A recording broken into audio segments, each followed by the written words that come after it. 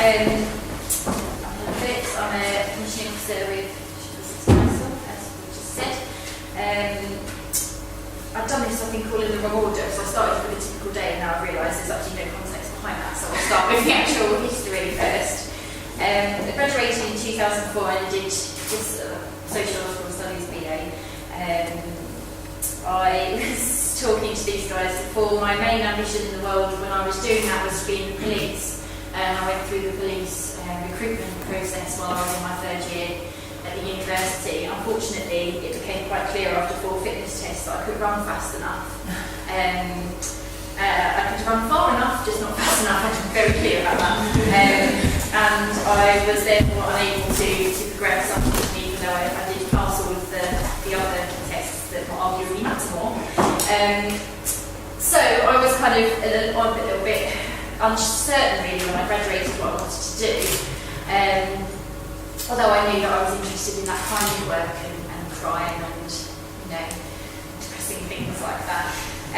So I spent about 6 months working at a call centre, which was just dreadful, and working pub during the evening, and then I was lucky enough to see a job at a place called the 911 Project, which is a 24-hour supported housing project for people with mental health problems, substance misuse, learning disabilities, offending, you name it, kind of thing really, they had it. And I got the job without any experience, which was luck, so I wouldn't recommend luck as a kind of career tool going forward, but for me that's how I ended up in this field. So kind of during that time I was really exposed to a lot of, as Rebecca just said, very difficult behaviour, and people are very damaged, very challenging to work with, and I had no experience of this whatsoever, and really for the first 6 months just found it absolutely terrifying, to be quite honest. It was really a baptism of fire, but kind of over time it transpired that I was actually quite good at it, and I was lucky enough to be heavily invested in during that time. So I did my MVQ level 3 in health and social care, did my MVQ level 4 as a registered manager for projects such as that, and really did learn a lot about different kinds of offenders. It was quite a hardcore project in the sense that we had Schedule 1 offenders, arsonists. It was really a place that took people who were not acceptable to other supported housing projects, which I always thought was a good thing, because there needs to be a place for everyone really, and we were that place for them. And then I did that for about 3 years, and then I went into management at that project, and I was the project manager for 2 years. My colleague who was the manager needed a little rest because it was all a bit, he took his secondment somewhere else because it was a bit much really to deal with. And kind of after 5 years I felt ready for something new. I think I was ready as well for a bit of less client-facing work, and I don't know, that's not necessarily a negative thing. I think, for some people their whole career will be client-facing, and that will be very rewarding for them, and they will be able to process that. Personally, I needed to step away from that because I was feeling a little burnt out with some of the circumstances we were dealing with. And I saw a job advertisement for the team I'm in currently, which is the Drug and Alcohol and Domestic Abuse Coordination Team. So we're a strategic team. We're a group of dreadful bureaucrats.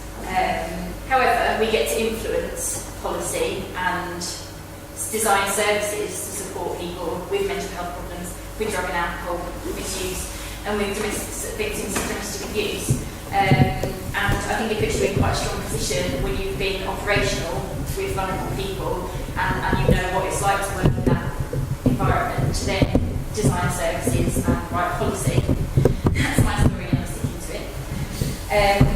So I kind of started off doing a slightly different job to what I'm doing now, which was models care coordinator, and that was purely focused around how the treatment pathway for drug and alcohol worked in the city. So who was being treated where, whether they were being treated in the right place. I had an overview of harm reduction in Sheffield, so all the needle exchanges and various other, this is all the interesting stuff, whether the needle exchanges were compliant with NICE guidance, things like very controversial things like the issuing of foil instead of needles, which Sheffield has been a front runner for it's actually, bizarrely, legal to give out needles to inject heroin, but not legal to give out foil to smoke heroin, despite that being a lesser harmful intervention. But Sheffield was one of the first cities, along with Somerset, that piloted that now needle exchange. So things like that. It's a very harm reduction based job. Again, quite new from what I have been doing, because my experience with drug use has been, well, trying to stop people using it on my premises mainly, and working from that point of view. So then it became very much looking at the design for harm reduction. And then I took an internal transfer into a commissioning officer role, and what I do now is kind of, it's a lot of things. It's kind of jack of all trades really. We design the services, we design the field in a domestic circumstance, and it's separate to the criminal justice proceedings, and we look into the contact they have with all the agencies involved in their lives in the lead up to that death, so that we can, say lessons have been learned, and then everyone can say, everyone says that and they haven't. But they do get learned, and we get to influence a change in practice. Why did I choose the work? It was an accident. As I said, I wanted to be in the police, but they incidentally changed the fitness criteria for women about 2 years after I had failed to get in. But I decided not to proceed and try and get through the application process again, because I was already on a certain path that I was enjoying. It's really interesting. It's the most interesting thing I think that you can do, is to work with people or design services for people whose lives aren't working in the way you would expect them to do. There's an ounce of queer as folk, and that's just true. People are just fascinating, and I think it's really addiction and violence and things like that. It's a real fascinating subject, and if you are interested in it, you won't ever be bored with the work that you're doing. It's a bit macabre, I guess, because it's quite a negative subject, and a lot of people have said to me, I don't think I want to do that. So if you're really squeamish about things like that, then possibly think again. And I think it's really nice to feel like you're making a little bit of a difference. The most enjoyable thing about it, I think, is, in one-to-one work, is that therapeutic relationship you get with people, and you feel like you make a difference. Working with clients and the scenarios you find yourself in, it's some of the clients, it's getting that relationship with them. They're a lot of people who struggle with vulnerable people or homeless people, it's not seeing them as people. They're funny, and they want to engage with you, and they want to just form those relationships. So that's the enjoyable part. In terms of the challenges, it's really difficult. It's quite depressing sometimes. Certainly where I am now, it's like riding the wave of bureaucracy at every level, which is a different challenge to that one of being screamed at by someone or having to deal with 19 different layers of bureaucracy. Is kind of like both challenging in their own way. And then in terms of what people should do to get into that kind of work, again, I'm just echoing what Rebecca said, is volunteering. Places like Hark and Archer Project are always looking for volunteers. A guy with a soup kitchen, anything like that is really valuable to show that you've got some commitment to wanting to work with these groups, these vulnerable groups of people.